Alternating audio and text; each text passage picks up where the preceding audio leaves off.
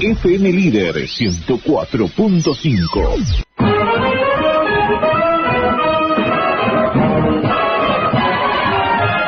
Desde este momento comienza Hablando de Seguridad, creado y conducido por Hermes Acuña, postítulo universitario en Seguridad y Resolución de Conflictos. Primer programa radial dedicado exclusivamente a la problemática de la seguridad.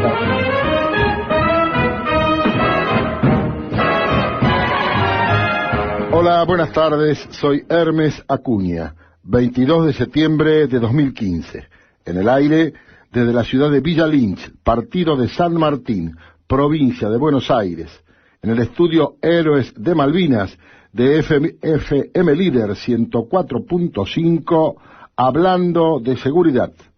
Primer programa radial dedicado exclusivamente a la problemática de la seguridad. Nuestro lema: no para mal de ninguno, sino para bien de todos.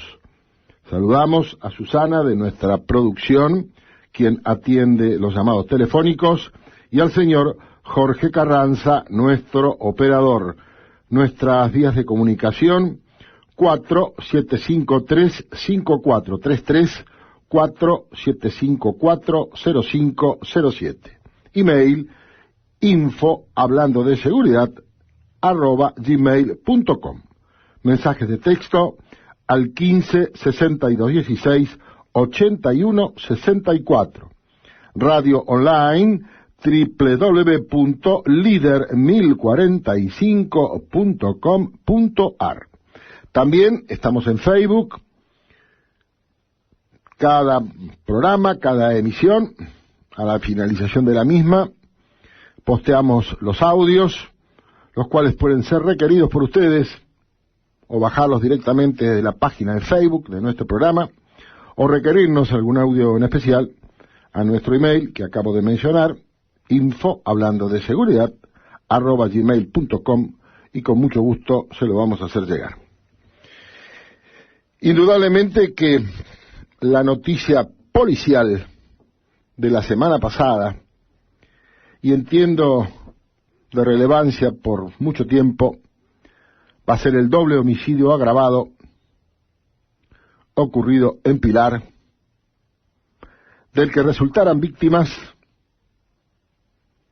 una pareja que a su vez el hombre tenía una hija, la mujer tenía un hijo, ambos mayores de edad, el hombre de 25, la mujer de 22 años. Estamos en los primeros pasos de la investigación. Indubitablemente ha sido un doble homicidio agravado, como lo ha caratulado la justicia, interviniente, fiscalía y juez de garantías.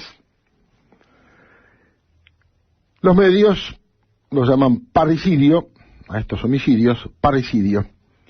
Y es interesante que les adelante algunos detalles técnicos que, obviamente, sin ser abogado, puedo referirlos. Y hay un trabajo muy interesante publicado por el doctor Alejandro Taza. El doctor Alejandro Taza es camarista federal en Mar del Plata, es docente titular de Derecho Penal en la Facultad de Derecho y Ciencias Sociales de la Universidad Nacional de Mar del Plata. Le tituló este trabajo Homicidio agravado por la especial relación del autor con la víctima, artículo 80, inciso primero, del Código Penal argentino. Es un trabajo extenso, no nos alcanza obviamente el tiempo para desarrollarlo, pero vamos a dar 2 o 3, como se dice ahora, tips, como para poder comprender, o como dicen los profesionales del derecho, ponernos en autos, de qué estamos hablando. A fines del 2012 hubo una modificación del Código Penal, especialmente el homicidio, en el artículo 80, entre otros incisos, de este artículo 80. Esa modificación no fue por ley 26791, y dice textualmente: se impondrá, en el 80, artículo 80, se impondrá reclusión perpetua o prisión perpetua, pudiendo aplicarse lo dispuesto en el artículo 52, al que matara, primero, a su ascendiente, descendiente, cónyuge, excónyuge, o a la persona con quien mantiene o ha mantenido una relación de pareja, mediale o no convivencia. Esto se relaciona también con el femicidio, del que tantas veces hemos hablado hoy, que no es hoy nuestro tema.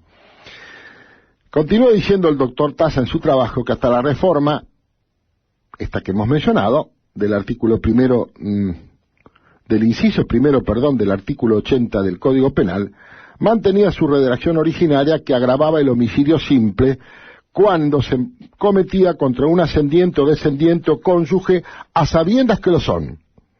Se trataba del homicidio calificado como por Sebastián Soler. Sebastián Soler, un jurista de nota de la República Argentina, que Sebastián Soler denominaba parricidio. Esta voz provocó una disputa etimológica en lo que se refiere al origen mismo del vocablo. La palabra parricidio se encuentra empleada por primera vez en las 12ª tablas para designar la muerte de los padres cometida por los hijos. La legislación romana lo extendió a la muerte de los demás ascendientes, descendientes, sobrinos, primos y otros parientes. Finalmente, el emperador Constantino limitó el término, refiriéndolo a la muerte consumada entre parientes en línea recta, ascendente o descendente. Repito, esto es importante, en línea recta, ascendente o descendente. Posteriormente, por influencia del derecho canónico, se incluyó la muerte del cónyuge a partir del Concilio de Caledonia. Dice el doctor Taza, esto demuestra que nuestro código contempla exclusivamente, en lo que aquí respecta, lo que se conoce como parricidio propio. Esto es importante. Parricidio propio, es decir, aquel homicidio limitado solamente a los ascendientes y descendientes, y no a todos aquellos parientes por los cuales el autor y la víctima se encuentran unidos por un vínculo de sangre, como podrían ser tíos, hermanos, sobrinos, etc. En este caso sería parricidio impropio. Entonces nos quedamos ya con dos conceptos. Parricidio propio, limitado exclusivamente a ascendientes y descendientes. Parricidio impropio, no a todos los parientes con los que se encuentran relacionados el autor y la víctima, por un vínculo de sangre, como podrían ser tíos, hermanos, sobrinos, etc. En nuestro caso, dice Taza, se torna ineludible recurrir a las disposiciones del Código Civil para determinar concretamente quiénes son los ascendientes o descendientes o cónyuges sujetos a los cuales la norma se refiere como víctimas del homicidio. Se llama ascendientes o línea ascendente a la serie de grados o generaciones que ligan al tronco con su padre, abuelo y otros ascendientes. Artículo 351 del Código Civil, es decir, aquellos antecesores consanguíneos del autor en línea recta, excluidos aquellos que pertenecen a la línea colateral, tíos, primos, abuelos. Acá estaríamos entonces en el primer caso en el parricidio propio y en el segundo en el impropio.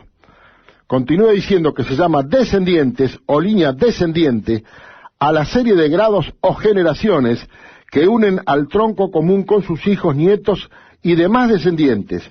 Artículo 350 del Código Civil. Es decir, los sucesores consanguíneos del autor en línea recta. Queda excluida de la agravación la muerte de un pariente que derive de la línea colateral, sobrinos, nietos, etc. Aquí estamos otra vez hablando del parricidio impropio. Probablemente este trabajo sea anterior a la reforma del actual Código Civil y Comercial, y tal vez hayan cambiado los artículos que he mencionado, que mencionó Taza en su trabajo, el 351 y el 350, y también cambió el concepto de cónyuge, porque ahora en el Código Civil es conviviente.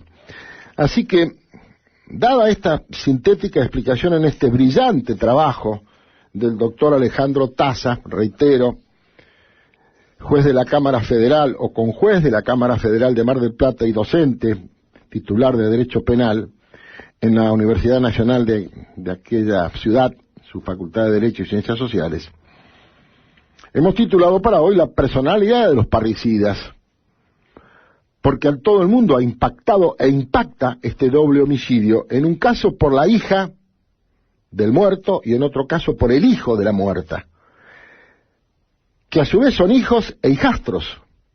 Y a su vez, entre ambos, formaron una pareja hace aproximadamente 3 años. Quien ha hecho y ha sido entrevistado por distintos medios es el doctor Hugo Marietán, médico psiquiatra, docente universitario, un referente de la psicopatía en Sudamérica, a quien hemos entrevistado en reiteradísimas oportunidades. Hoy lo vamos a hacer nuevamente, y por eso hemos titulado La personalidad de los parricidas, a ver si es posible que, como siempre lo ha hecho, el doctor Marietán nos puede interiorizar un poco para comprender qué pasa en la psiquis de estos individuos, en suma, en su personalidad. Vamos a ir a la primera tanda de este programa de la fecha. Mientras tanto, Susana trata de conseguir la comunicación con el doctor Marietán. Adelante, Jorge. Tenemos al aire al doctor Hugo Marietán. Hugo, buenas tardes. Hermes Acuña lo saluda. Un placer, Hermes. ¿Cómo está? Igualmente para mí, y en nombre de mi audiencia y en el mío propio, le damos las gracias por esta disposición permanente que usted tiene para con nosotros cada vez que lo requerimos. Es porque estamos por una buena causa, Hermes. Sin ninguna duda, Hugo, sin ninguna duda. Le comentaba a la audiencia lo que la audiencia conoce, este estrépito mediático y este estrépito fori respecto de este doble homicidio calificado, de estos a su vez padre, madre y padrastro y madrastra respectivamente, de los hasta ahora imputados como autores, Karen Klein de 22 años y Leandro Acosta de 25, y queríamos charlar con usted, y le decía a la audiencia previamente, como acostumbradamente lo hace el doctor Marietán, esclarecernos un poco acerca del perfil de la personalidad de estos jóvenes, este muchacho 25, la chica 22, ¿qué pasa en sus mentes, Hugo? Porque hay tantos condimentos en esto. Sí, la verdad que hay muchos elementos que están incidiendo acá, pero previamente vamos a aclararle a los amables oyentes que están en este momento escuchándonos que la palabra parricidio, como seguramente lo habrás aclarado, Hermes, no se debe al concepto de que han muerto o han matado a los padres, sino que es un genérico para designar a toda persona que mata en línea recta tanto a sus ascendientes como a sus descendientes, de tal manera que matar a un hijo también es un parricidio, ¿no? Aunque parezca claro. Una palabra. Tal cual. Yo les leí brevemente un excelente trabajo hecho por el doctor Alejandro Taza, camarista federal de Mar del Plata, que hizo un trabajo sobre el inciso primero del artículo 80, que precisamente el Código Penal, que es el homicidio, donde aclara este tema que usted acaba de aclarar respecto del parricidio, y habla de parricidio propio y parricidio impropio. Claro. Entonces, el segundo elemento que me gustaría darle un poquito de forma es el hecho que la frecuencia de parricidio es muy baja, por suerte, en todo el mundo, ¿no? Uh-huh. Porque la figura, digamos, justamente la figura que nos ocupa es una alteración del cuidado básico que se tiene hacia los ascendientes o hacia los descendientes, ¿sí? Hay un cuidado básico que es inclusive hasta de orden natural, ¿sí? Así es. A tal punto que cuando se producen estos hechos desgraciados, se altera el orden natural de las cosas, ¿sí? Con respecto a la frecuencia, los parricidios se dan más, ya específicamente hablando de muerte de hijos que matan a padres, por hechos de tipo psicóticos, uh-huh. ¿no? De tipos por locuras. Entre ellas, la más frecuente es la esquizofrenia, ¿sí? Uh-huh. Donde el esquizofrénico, guiado por los delirios, ¿sí? Por un delirio, por una alteración grave de las facultades mentales, procede a matar sin mayor motivo externo, porque esto es producto de un delirio interno de él, uh-huh. a su padre, por ejemplo, o a su madre. Uh-huh. A tal punto es esto cuidado que tenemos nosotros los psiquiatras, que cuando existe un esquizofrénico en casa, yo suelo decirle a las madres, ¿no?, sobre todo a las madres, que siempre tienen esa condescendencia hacia el hijo, porque quiera lo que tenga el hijo, siempre es el hijo. Señora, usted cierre con llave la puerta cuando se va a dormir de su cuarto. Entonces, presenta un enorme asombro las madres. Señora, haga el favor, porque puede existir la posibilidad de que su hijo, en función del delirio, ya no sea su hijo, sino un homicida que abre la puerta de su habitación para matarla. Entonces cierra la puerta con llave. Hugo, la frecuencia, Hermes, si me permitís un segundo más, sí, ¿cómo no?, es la esquizofrenia, como mayor cantidad de parricidio. Y la segunda frecuencia, en relación a frecuencia, es cuando un hijo, en defensa de su madre, que está siendo golpeada brutalmente, procede a ayudarla contra el agresor, que es el padre. Así es. Y ahí accidentalmente puede producirse también un parricidio. Sí, es un hecho bastante frecuente esto, Hugo. Esta segunda situación es un hecho bastante frecuente. Mi pregunta era, ¿cuál es la incidencia estadística aproximada, si es que tenés esas cifras, en la República Argentina, de padecimientos o de enfermos esquizofrénicos? Eso es un índice mundial. Ajá. Porque se da la paradoja, ¿no?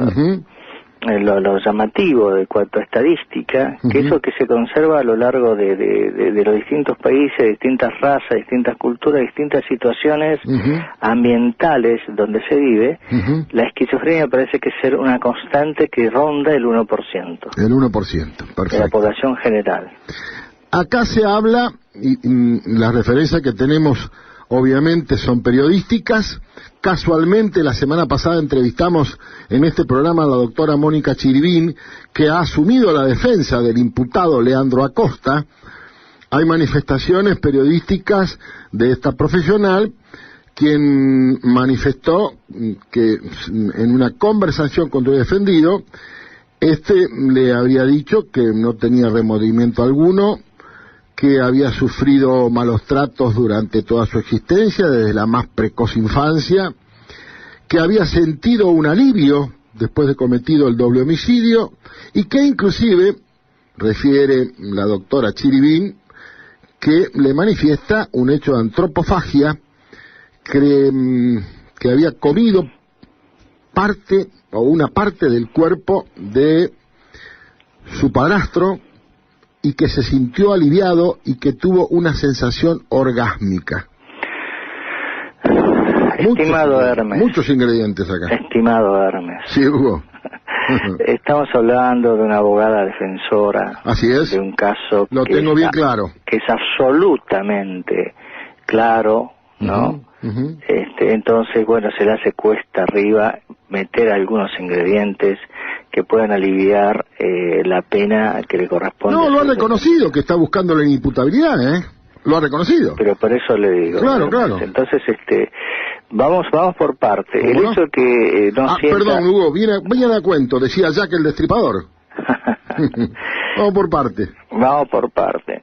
Entonces, el hecho de que no sienta remordimiento y esté tranquilo, máximo que digamos se siente incluso aliviado, ¿no? Esos hechos emitidos por la defensora, hasta ahí, y coincidente con todo el resto de los hechos que han trascendido, que después lo podemos hablar con más detalle. Con todo gusto. Está marcando, ¿no es cierto?, una psicopatía, ¿no? Una psicopatía. Sí, una psicopatía. Ahora ella, ¿no es cierto?, a mí me parece que está forzando la cosa, y esto me hago cargo de lo que digo, al agregar, tal vez producto de su pasión por defender a su cliente, creo que agregó fantasiosamente el tema del canibalismo, ¿no? Sí. No, porque no coincide para nada con la característica de un caníbal, ¿no? Así que ahí no estamos de acuerdo en absoluto, y no creo que tengamos que darle más importancia a ese hecho. Seguimos entonces. Que solamente lo habrá puesto Chiribín para para acentuar el tema de que este es inimputable, que es un psicótico, etcétera, pero no, no chiribín, no estamos de acuerdo. ¿Por qué no estamos de acuerdo? No, aparte ha dicho muchas veces que es una apreciación muy subjetiva, y refirió que se lo ha dicho su defendido, y que no está en condiciones de aportar nada más porque es abogada y no es psiquiatra, lo ha dicho en varios medios. Bueno, sí, pero tiró la bombita. Sí, claro. De todos modos, vamos a ver los hechos, ¿sí? Por favor. Lo que trascendió y que podemos sacar ahí de los trascendidos algo. Por ejemplo, entre que desaparecieron esta pareja, ¿no?, padre y madre de los imputados, hasta que se descubrió, digamos, el cadáver, pasaron 9 días. Primer punto. Segundo punto, lo mataron y después trozaron los cuerpos.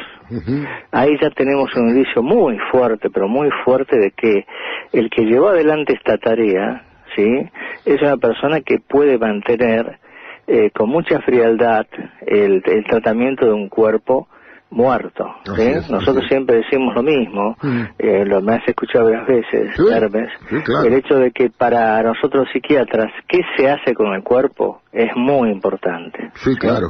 Y el hecho de que uno pueda, como hijo, matar al padre o a la madre, tiene que vencer muchos elementos, muchas barreras psíquicas para llegar a eso, ¿sí? Generalmente uno tolera con mucha paciencia al padre y a la madre, y a su vez es tolerado por el padre y la madre. Tal cual. Es bidireccional esto. Claro, hasta límites bastante duros, en la adolescencia sobre todo, ¿no? Pero bueno, eso pasa y uno se mantiene detrás de los límites de la agresión máxima, ¿sí? Y no pasa nada. Pero acá se saltó ese límite y se pasó al homicidio. Ya ese punto es muy significativo de una personalidad especial. Y después ya con el trozamiento de los cuerpos de un padre, hay que ver un padre desnudo y hay que tener un hacha y un machete para cortar y trozar eso. Hay que tener una frialdad afectiva muy, muy de base, y hay que tener también, ¿no es cierto?, una intencionalidad muy despierta para hacer eso, ¿sí? Ahí ya con esos hechos ya estamos hablando de un psicópata, sí o sí. Hugo, ¿y por qué no un psicótico? Un segundito, Hermes. Sí, no, quería aportar esto, reforzando este concepto. Los matan a ambos mientras dormían. Claro. A tiros. O sea que en estado de indefensión. Absolutamente, por eso es alevoso esto. Claro, es alevosía. Claro. Pero, ¿por qué no es una psicosis? Eso es muy Porque importante. el psicótico, ¿no es cierto?, un esquizofrénico, vamos a poner, que puede ser un parricidio, el psicótico mata y después se va a dormir tranquilamente, o puede ir a desayunar o comer algo en la cocina, así. Como es producto del delirio, ¿no?, no se preocupa tanto por el hecho de desaparecer o de no ser después responsable del asesinato. ¿Quién es el que se te cuida, tiene todos los cuidados como para cometer el acto criminal y luego tratar de zafar de todas las pruebas posibles y tener cierta pericia, ¿no es cierto?, en eliminar el cuerpo? El psicópata. Ese psicópata que tantas veces has descrito, que ya lo hemos aprendido de tantas veces, sí. El carente de afectividad, el carente de empatía, el manipulador, el que siempre trabaja para sí mismo, así es, el que está siempre detrás de los beneficios. Porque si nos ponemos a pensar un poquito, vemos que se trataba de una pareja de hermanastros, 25 años ella, 22 él, que tenían perfectamente la opción de ir a hacer su vida lejos de este sistema de padres. Vamos a suponer que hayan sido crueles o muy rectos, cosa que eso no está claro todavía, pero vamos a suponer que sí. ¿Qué hace esas personas jóvenes quedándose en ese sistema y llevando adelante este crimen? Bueno, yo pienso que aparte del posible resentimiento que hay, yo creo que acá hay un beneficio de tipo económico que los llevó a hacer esto. Otra agravante por calificación. Sí. Justamente, la codicia. la codicia. Está previsto. Sí, Hermes. Precisamente, Hugo, precisamente. Sí, Hermes. Aquí estuvo presente además la codicia, porque en esos 9 días él va a la ferretería y compra los elementos para trozar, un hacha, ¿no? Y una especie de machete, ¿no? Así es. Y después procede a quemarlo durante largos días con un fuego intenso, los restos, ¿sí? Y finalmente, en un exceso de egolatría que son tan propios de los psicópatas, la egolatría, el sentirse superior, el sentirse que los demás son tontos y el vivo es él, procede a encargarle a uno de los cartoneros, que ya tenían un negocio de cartonería ahí, de tratamiento de residuos, procede a decir a que uno de los cartoneros llevase los restos a un descampado, ¿no? Que es donde se secuestran, que fueron 12 bolsas. Bueno, eso que parece aparentemente un error, que de hecho después se comprueba que es un error, pero es por el hecho de que nadie se va a dar cuenta de la cosa viva y piola y astuta que he hecho en quemar los restos, ¿no? Y hace que comete ese error grotesco, ¿no? Y después el cartonero lo denuncia, ¿no? Han trascendido, porque siempre estamos hablando de trascendido, porque no hemos visto el expediente, no nos consta. Claro. Manifestaciones periodísticas que se le atribuyen a algún familiar de los fallecidos, de los asesinados. Al hermano, sí. Claro, exactamente, a un hermano de Klein, que esta pareja conformada hace 3 años, y ahí va otra pregunta, Hugo, porque si bien eran hermanastros, ella hija del muerto y él hijo de la muerta, de la fallecida, tienen que tener también alguna característica psíquica muy especial para tener este tipo de convivencia y juntos urdir este macabro plan. Exacto, porque como bien Hermes, como lo dice con toda claridad, este es un plan. Claro. Llevado adelante, ¿no es cierto?, con oportunidad, ¿no es cierto?, de lugar, oportunidad de fecha, ¿no?, y después oportunidad de los elementos necesarios como para deshacerse del cuerpo. Es un plan en que participan los dos. Llamativamente, la mujer es la primera que, abogado, defensor, mediante, rápidamente acusa a su pareja, ¿no?, al varón, de ser autor, y ella, la pobre víctima, que fue amenazada, de lo contrario, le iba a pasar no sé qué cosa, pero amenazada para ayudar a hacer desaparecer los restos, cosa que no creo tampoco eso, ¿no? Sí, amenazada de muerte, según manifestó, y ha trascendido periodísticamente. Sí, pero obra en contra de ella que existieron 9 días desde la desaparición y la muerte hasta que apareció el cadáver, es decir, 9 días y sus noches teniendo un tipo con un revólver en la cabeza, nadie aguanta eso. Sí. Que no le creemos. Realmente es un argumento bastante frágil. Sí. Y Hugo, ¿usted cree que la psicopatía también es compartida por esta mujer, esta Karen Klein? Acá yo he visto, porque mi experiencia de trabajar con las complementarias a las personas que viven a eso apuntaba. Con las personas que conviven con psicópatas, he visto hacer cosas horribles a las complementarias y convertirse en lo que son, en cómplices del accionar psicopático del psicópata, ¿no? Y han hecho cosas aberrantes, tanto hacia sus propios hijos como hacia a veces delitos de tipo económicos, ¿no? Así que no me extrañaría en absoluto que acá existiera una relación psicópata complementaria que haya llevado adelante por persuasión del psicópata, ¿no es cierto?, este hecho, ¿no? Porque según manifiestan vecinos y familiares, la relación entre esta pareja de homicidas, aparentemente a los ojos del hombre de a pie, del vecino, del familiar, Era una relación bastante normal y pacífica.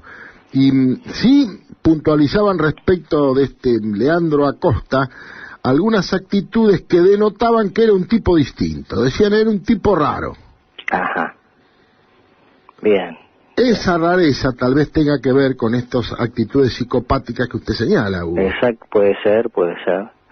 Exactamente. La gente olfatea también un poco que este personaje, si está bastante en crudo, si no tiene refinamiento, ¿no?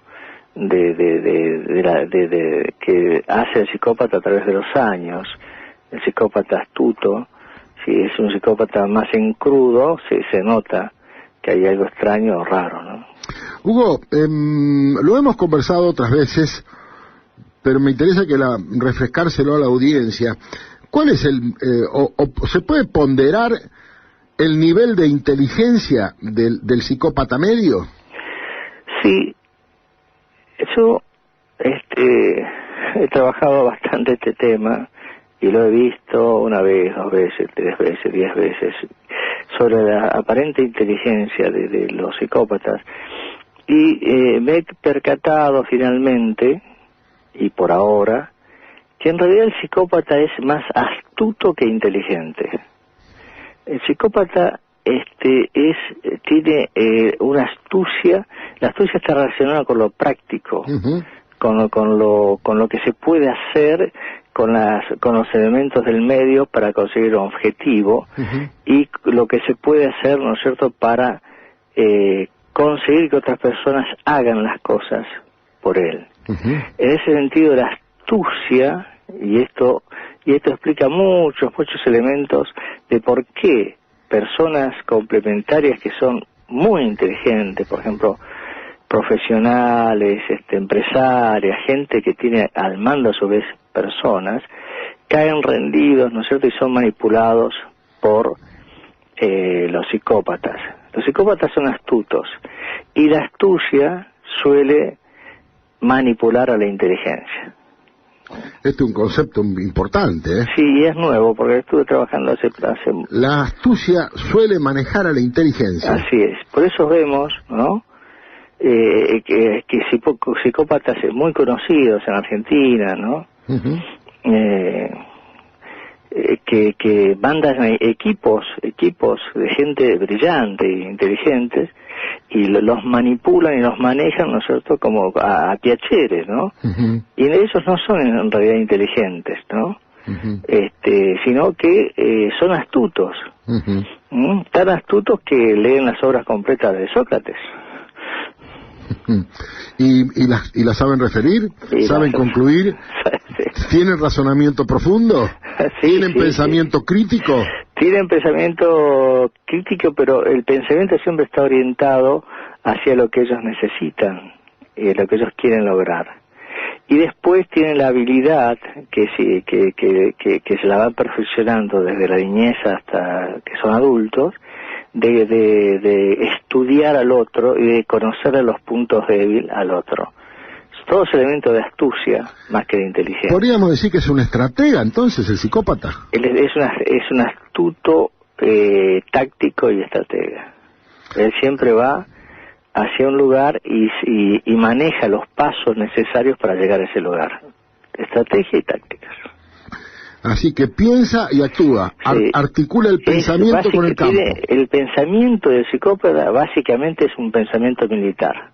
Uh-huh. Objetivo, Uh-huh. recursos y manejo de gente. Vamos a aclarar que no queremos decir que el pensamiento militar sea un pensamiento psicopático. No, de ninguna manera. Por eso, vamos a aclararlo, porque No, alguien puede malinterpretar esto, ¿eh? Sí, bueno, pero... Pero está muy claro. Es claro, yo lo entiendo claramente. Sino que el sistema de trabajo que los profesionales de la seguridad Sí, señor. tienen que incorporar, Así ellos es. tienen que incorporarlo, tienen que estudiarlo, tienen que aprenderlo, Así tienen que es. seguir ejercicios hasta que esa mente funcione de acuerdo a un patrón histórico de militares. Bueno, todo ese trabajo que ellos hacen durante años para ser profesionales de la seguridad, El psicópata lo tiene innato. Hugo, qué increíble, ¿no? Eso es. Hugo, ¿y el psicópata trabaja a prueba y error? Bueno, él trabaja a prueba y error, pero básicamente el error se lo atribuye a los otros. ¿Mm? Sí, claro, nunca se hace cargo. No. Obviamente, nunca se hace cargo. No se hace cargo de eso. Pero yo digo, desde el punto de vista táctico, sí. ¿trabaja a prueba y error? A ver qué pasa con probando, esto. Claro que sí, va probando. Prueba, sale. Prueba por un lado, no va. Prueba por otro lado, no va. Por otro lado, no va. A eso me refería. Sí, claro que sí. Y, pero cada vez que falla en una táctica se lo atribuye a otros. Claro. Sí. Pero él sabe en qué falló, ¿no? Sí. Y desde el punto de vista de la experiencia suya, porque estamos hablando de con mucha fineza del tema de psicopatía, Hermes. Sin ninguna duda, pero sin ninguna duda, porque usted entiende que estamos en presencia de una pareja de psicópatas. Sí. La pregunta es, a pesar de que el tema es jurídico, pero sí estas evaluaciones psicopsiquiátricas después le permiten inferir al perito de peritos, como es el magistrado, conferir o no la imputabilidad del hecho. Generalmente, después de pasar toda la etapa, la oralidad y el juicio y demás, la experiencia indica que los psicópatas son imputables, Hugo, su experiencia. Totalmente imputable porque vamos a redundar un poquito, Hermes, como son personas que se fijan un objetivo, que siempre están trabajando para sí mismos y tratan de sacar de sus hechos psicopáticos algún beneficio y a su vez zafar de toda responsabilidad legal, son personas que están muy abiertas a lo que acontece y con el cerebro muy despejado con respecto a no cometer mayores errores, o sea que conocen perfectamente lo que estén haciendo y dirigen perfectamente las acciones necesarias para realizar ese hecho. Así que en ese sentido no les cabe el artículo 34 del Código Penal y son imputables, ¿no?, por el asesinato. Sí, o por el delito que sea, son penalmente responsables. Son penalmente responsables, Hermes. Le voy a preguntar, Hugo, para que nuestra audiencia tenga un poco más de elementos.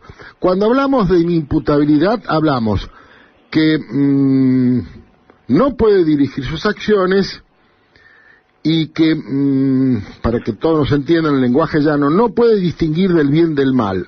Una de las dos. Claro, o no puede entender del todo que lo que ha hecho, ¿no es cierto?, es un hecho criminal. Claro, ¿no? Que está mal. Claro. No comprender la criminalidad del acto o dirigir sus acciones. Por ejemplo, ¿qué personas no pueden dirigir sus acciones? Aquellas personas que tienen un síndrome confusional por intoxicación, o aquellas personas que por alteraciones morbosas de sus facultades mentales, por ejemplo por epilepsia, de pronto la epilepsia, para que los oyentes comprendan rápidamente, es una especie de desconexión de la conciencia, donde la persona, digamos, actúa como automáticamente. Por eso el crimen del epiléptico puede ser atroz. Puede dar 100 puñaladas a una persona y después no recordar absolutamente nada de lo que hizo. Pero a su vez tiene, por supuesto, dos cosas que el punto de vista de la justicia, ¿no es cierto?, sale inmediatamente. Primero, tiene un electroencefalograma totalmente patológico, y además tiene antecedentes desde años de sufrir epilepsia, ¿no? Claro. Por contrapartida, y en la antípoda de esta situación, el psicópata tiene un electro normal. Totalmente normal y no tiene alteración. No tiene alteraciones. Tal cual. Usted siempre ha dicho que el psicópata no es un enfermo. ¿Por qué, Hugo? No es un enfermo porque no hay un correlato orgánico, una alteración orgánica que a su vez refleje la conducta psicopática. Es decir, por ejemplo, vamos a poner un ejemplo para que la gente entienda. Hay ciertos tumores del cerebro que trastocan la conducta de la persona. Por ejemplo, si hay un tumor en la zona prefrontal, la persona puede comportarse como si fuese sin valores comunitarios. Puede, digamos, tener conductas vergonzantes frente a la sociedad, por ejemplo, orinar en cualquier lugar, tocar a una joven en sus partes pudendas, en la calle, a primera vista de todos, ¿no? Es decir, puede sufrir alteraciones groseras de su conducta, que antes no la tenía y ahora la tiene. Primera diferencia. Sí. Segundo, ¿no es cierto?, que a esa conducta, digamos, anormal, hay un correlato que existe un tumor en el cerebro. Entonces eso sí sería una enfermedad. Claro. Acá existen estas conductas aberrantes del parricidio, por ejemplo, pero a su vez, si se le hace una tomografía computada, una tomografía por emisión de positrones, todos el electroencefalograma y todo ese tipo de cosas, no hay nada. Claro. Entonces no es una enfermedad. Y el examen o las evaluaciones psicopsiquiátricas apuntan exclusivamente, están estructuradas apuntando a las respuestas, a la gestualidad, porque ya sabemos que las evaluaciones clínicas son normales. Sí, las clínicas son normales. Lo que pasa es que el psicópata es un gran mentiroso, claro, es un gran actor. Entonces todo lo que sea cuestionarios, todo lo que sea preguntas y respuestas, oralidad y todo ese tipo de cosas, verbalidad y todo ese tipo de gestos, fácilmente puede confundir a un psiquiatra no experto y llevar él las riendas del test o del examen, ¿sí? Porque se da esa inversión en los psicópatas, ¿no? El maestro Raffo siempre dice que a su vez, cuando le tocó entrevistar a Robledo Puch, él a su vez consultó con su maestro, porque le ordenó a la justicia someterle una evaluación psicopsiquiátrica desde el punto de vista médico forense. Y que su maestro, el doctor Bonet, le había dicho, fíjese bien, porque si a los 5 minutos lo convence, está en presencia de un psicópata. Exactamente. Invierte la relación claro. médico-paciente. Bueno, entonces ahí el psicópata puede manejarse y dar un resultado falso. Entonces, ¿qué es lo que cuenta acá? La pericia en sentido de experiencia, del psiquiatra, que por suerte, ¿no es cierto?, tenemos excelentes psiquiatras forenses, ¿no? Sí. Y que además tienen una gran experiencia en el tratamiento de psicópatas, ¿no?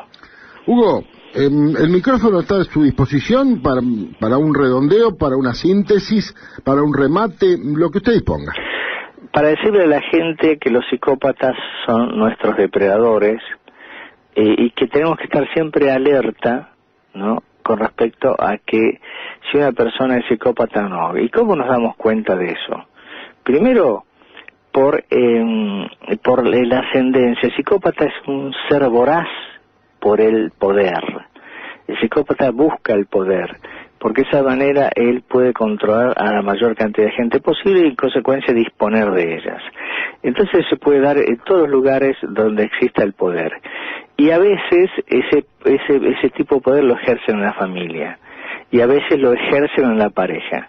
¿Cómo nos damos cuenta en la pareja, que es las cosas que más trabajo yo en este momento? Es porque, por ejemplo, una mujer se relaciona con un hombre y ese hombre primero le parece encantador, el príncipe azul, pero luego vemos que comienza a aislarla de la familia, a aislarla de los amigos, la va encerrando y la mujer, en el caso de que el psicópata sea el varón, la mujer va cambiando su personalidad, su manera de ser. Todo lo que era ella antes va transformándose en todas las informaciones que le va dando el psicópata, ¿sí? Y el psicópata es un controlador, es una persona que cosifica y que no tiene miramientos sobre la otra persona. En ese sentido, ¿no es cierto?, cuando vemos estos signos, tenemos que tener una alarma y consultar a un profesional a ver si estamos enfrente de un psicópata o una persona, digamos, de otras características. Excelente, Hugo. Le agradezco muchísimo una vez más y le agradezco el tiempo y haber aprendido, como lo hacemos cada vez que tenemos la fortuna y la posibilidad de entrevistarlo. Y cada vez que pasa el tiempo van apareciendo más elementos de la psicopatía que gracias a este medio, Hermes, podemos transmitirlo a todo el mundo. Gracias, Hugo. Hasta luego. Un fuerte abrazo. Ha sido el doctor Hugo Marietán, médico especialista en psiquiatría, docente universitario. Nada para agregar, sumamente claro, fácilmente entendible por todos nosotros que somos legos en la materia. Vamos a la última pausa.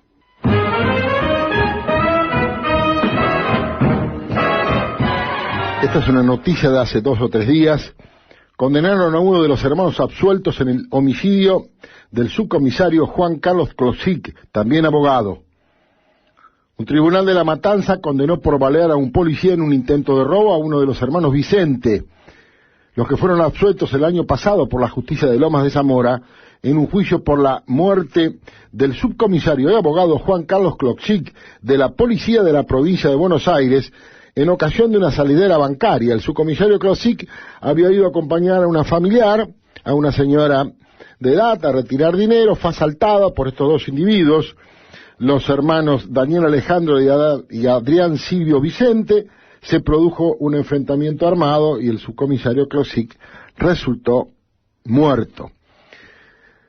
Uno de estos hermanos, Adrián Silvio Vicente, fue condenado días atrás por el Tribunal Oral Criminal 3 de La Matanza a la pena de 13 años de prisión, también por encontrarlo culpable de participar en un robo a un camión perteneciente a una papelera en La Tablada, donde valió luego del atraco a un policía bonaerense que realizaba la custodia de ese camión, matándolo.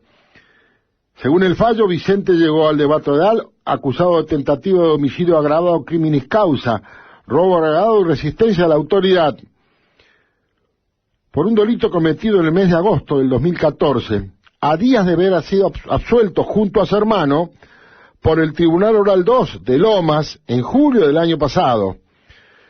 Los jueces de Matanza que condenaron a Vicente lo encontraron partícipe de un robo y de un tiroteo con el policía Carlos Batista, que fue herido cuando custodiaba el camión de una empresa, donde fueron sustraídos por estos hermanos 31.000 pesos.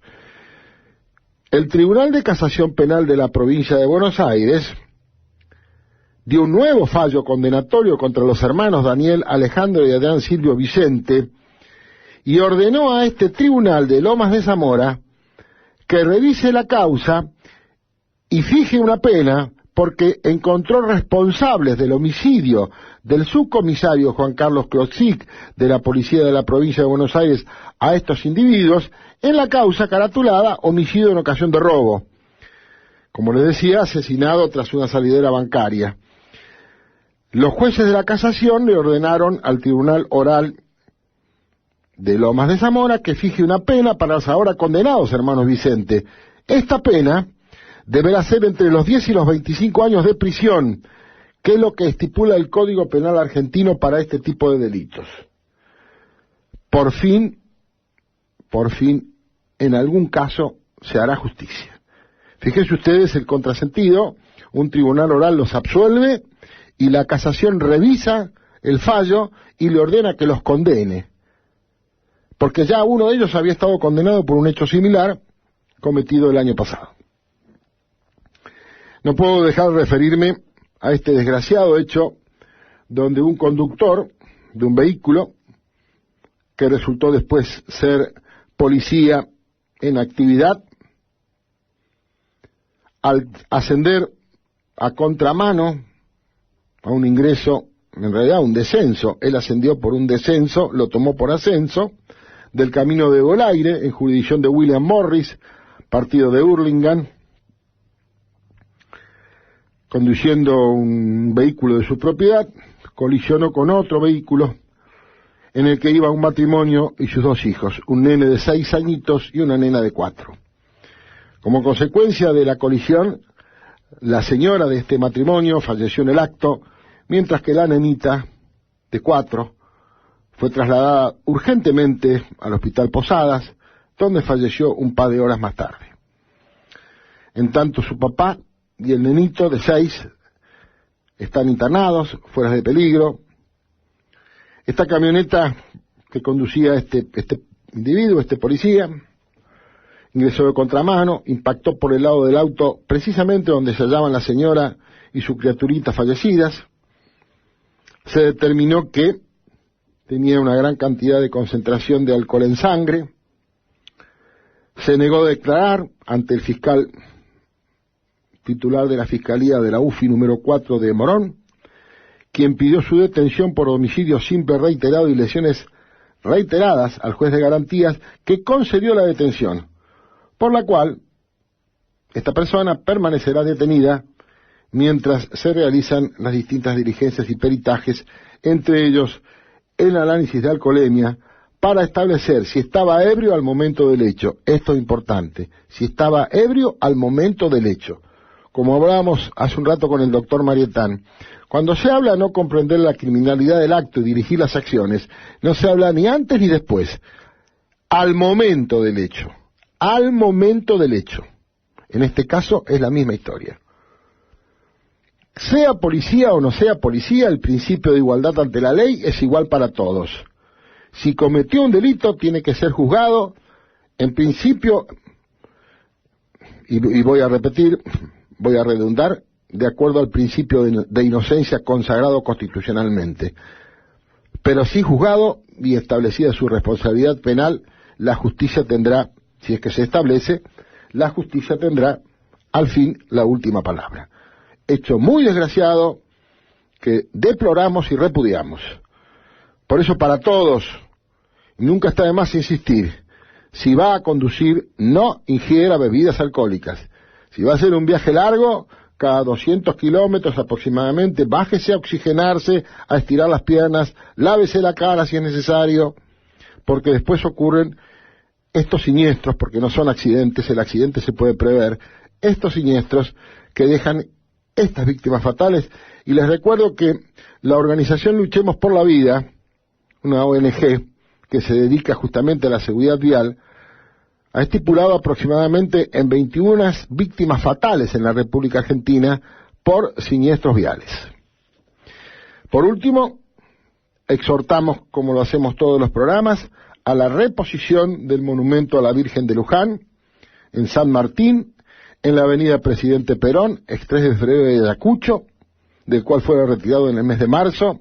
Se ven obras, se está trabajando en el lugar, ya se ha levantado una base que se ve bastante sólida. Alguna vez paso por ahí circunstancialmente. Realmente nos alegra, estamos muy contentos que esto sea así y deseamos que cuanto antes nuestra Virgen sea repuesto al lugar que ocupa hace más de 60 años. Con ustedes nos estamos reencontrando, como siempre, el próximo martes a las 4 de la tarde en FM Líder 104.5, hablando de seguridad. No se vayan, que viene la consigna preventiva. Hasta el martes que viene y muchas gracias.